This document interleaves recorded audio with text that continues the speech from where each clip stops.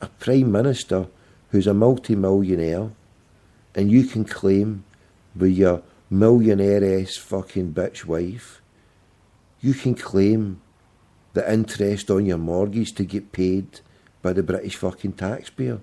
I mean, if this isn't pulling your trousers down, scalping you in the arse, pissing in your pocket and smacking you in the fucking face and saying, yous are just stupid plebs, we're fucking yous right over, and here, take it right up the bake at the same time. I mean, this is contempt. This is the chutzpah of the devil times 10. These dirty, illegitimate, I mean, they're fucking us over big time, Rocky. I mean, in a time when lying and so much sting me, but actually telling the truth, but actually just saying one word of truth and speaking out against these bastards is a revolutionary act, brother. You know what I mean? Speaking out and saying and exposing these dirty, lying, corrupt bastards for what they are. You know what I mean? And more people should be doing it, Rocky, and that's why I'd encourage everybody to do their own radio stations and speak out against these dirty, lying bastards. Yeah, amen to that. I feel like sitting up all night and phoning fucking radio stations the world over, Rocky. Fucking hell. Yeah, we didn't spend so much money on war and fucking ordnance to use in war and money controlling, populations, then they would have to tax people a lot less. You know what I mean? Everybody. People in the upper brackets and people in the fucking lower brackets. So I think, that would be a good fucking start.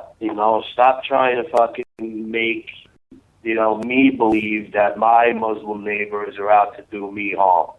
Because I don't buy it. I form my opinion of people by talking to them and eating with them.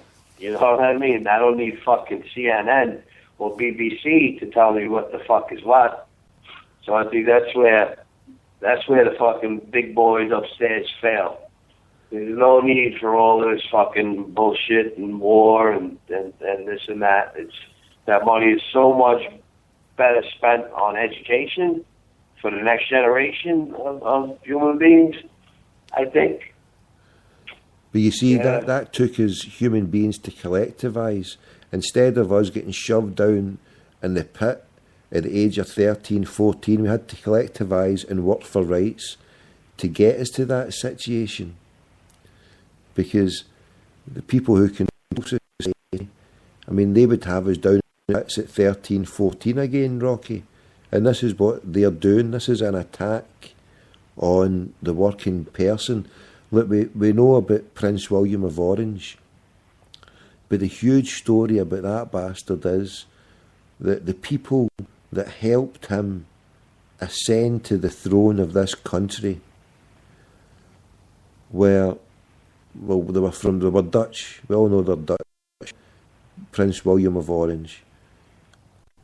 So the Dutch merchants, or the Dutch goldsmiths, or the Dutch bankers who took control of this country, the first thing they did, Rocky, right, was constitute a bank by the Royal Charter called the Bank of England.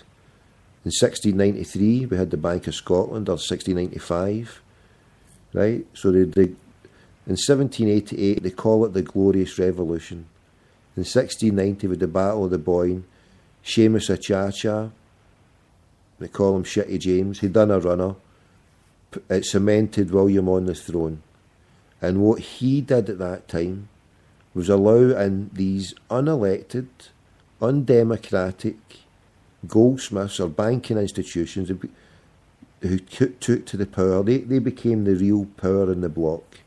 So they installed a puppet, Prince William, financed him, got him to take over this country, and then by the back door, by the Royal Charter, by the seal of approval, starting up these banks that nobody could vote in or out, and that they could set the interest rate. And very quickly, right, within about maybe 20 years, right, maybe even sooner, maybe 10 years, they brought in tax to tax the people. people. And within this period of time, the government was running up a huge fucking debt, Rocky, and huge debts are run up, and you can't run a debt up quicker than fighting a fucking war. So what you would find was that these bankers would control kings and governments and countries, and they'd be backing, you know, the Rothschild banking cabal that a century later, the Rothschild banking cabal, you know, from the House of Hanover, they had the House of Paris, they had the House of Amsterdam, they had the House of London, and in all these countries they had the sons of the main Amschel Mayer Rothschild. He had sons placed in all these countries, giving financial backing and wealth to the kings of these countries and allowing them to fight fucking wars against each other, because they realised very quickly how to run up a debt through the roof was to have these countries fighting war after war. And then how were you going to get a country to pay that? Well, the people would pay it through the taxation system. So this is a new form of slavery, you know, just as equally oppressive as chaining a black person to a boat, and then once it becomes physically exhausted, throwing them overboard, and that's a middle passage. 30 million black people die as a result of slavery. You know, many millions that suffer more. This is a new form of slavery, but they do it by the financial system, and this is how they operate it, Rocky. This is how they do it, my man. It is financial, economic slavery, you're right? It's about opportunities. You know, we just need more opportunities for the young people, and the only way to do that is to spend differently. All the money from the fucking tax revenue, and education, not war. See, I don't see one. Sorry, Rocky. I don't see one fucking war, Tommy, on this planet that is really worth fighting right now, in my opinion. And in some ways, Rocky, right, Rangers got the right idea, you know, withholding their taxes. You know, in some way they got it right, Rangers. I mean, they did it to cheat and to get a sporting advantage, regardless of what any of these dirty bastard judges would come out and say.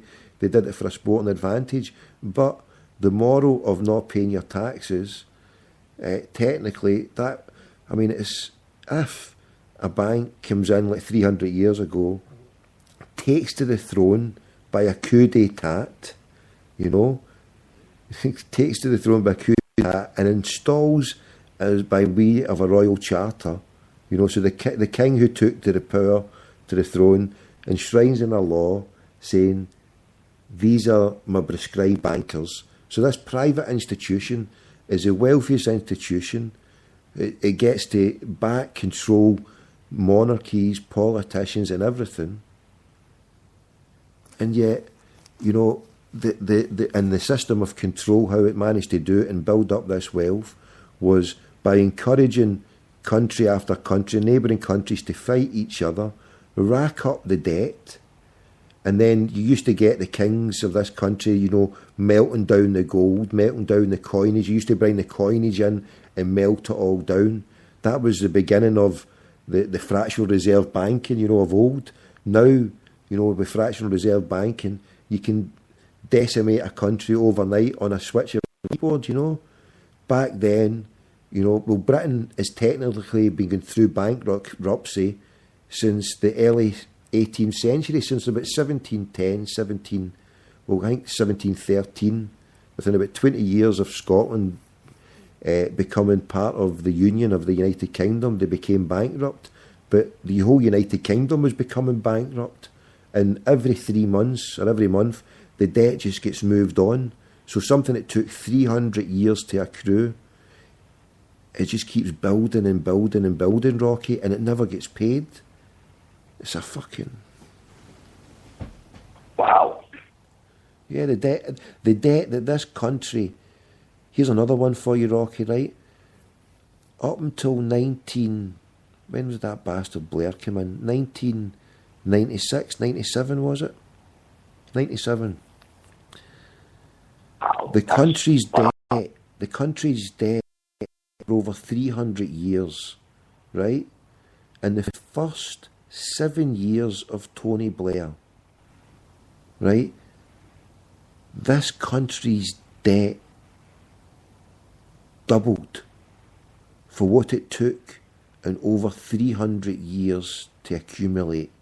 In just 7 years, it doubled the debt.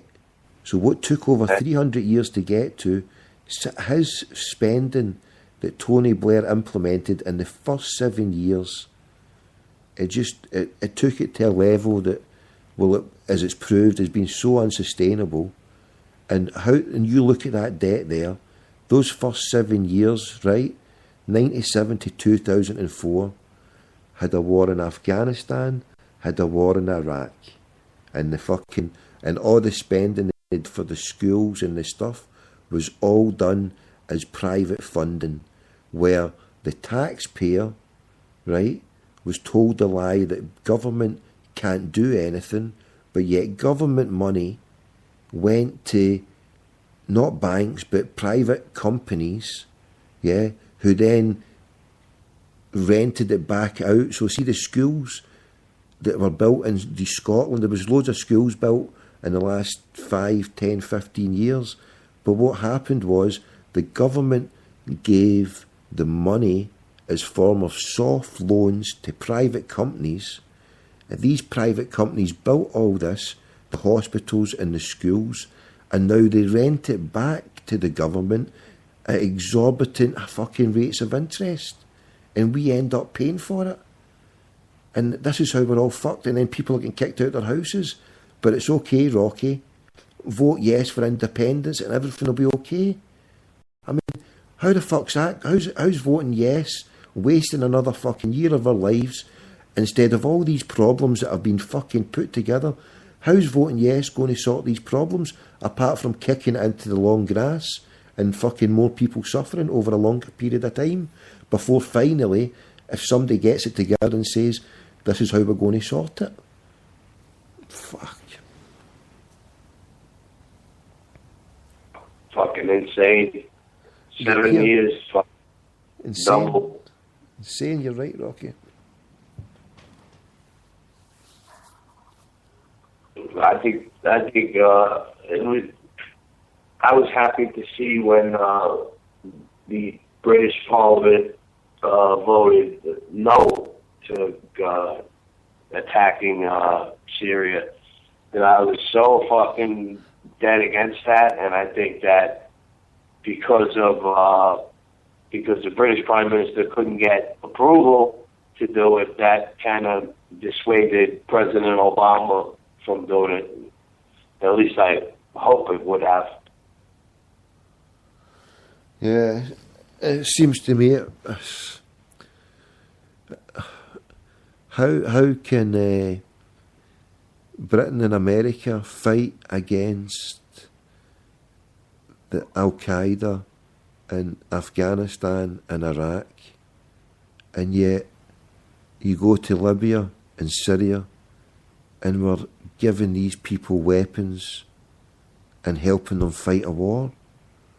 For some reason, Rocky, it just doesn't compute. As far as I'm concerned, I mean, if I was to have a loved one or someone who fought in Iraq or Afghanistan and they were killed, how would you feel that a few years later you find that your government, where your son went to fight for the ideal to fight on against these terrible Al Qaeda, these terrible Islamists, yet we're giving these terrible Al Qaeda Islamists weapons to fight a war on our behalf? I mean, how fucked up is that, Rocky? I mean, there's thousands of people from your country and this country, from Britain and America, are in body bags, are under the ground, they've been underground for years. Fucking pack of lies and a bunch of bullshit, when the same people that they were fighting are now our fucking friends again. It's fucking, you couldn't, mate. It's insane. You said it there. It's fucking insanity, mate. And it's business. You know, business. Every bomb, right? It shit goes for big fucking money. You're right.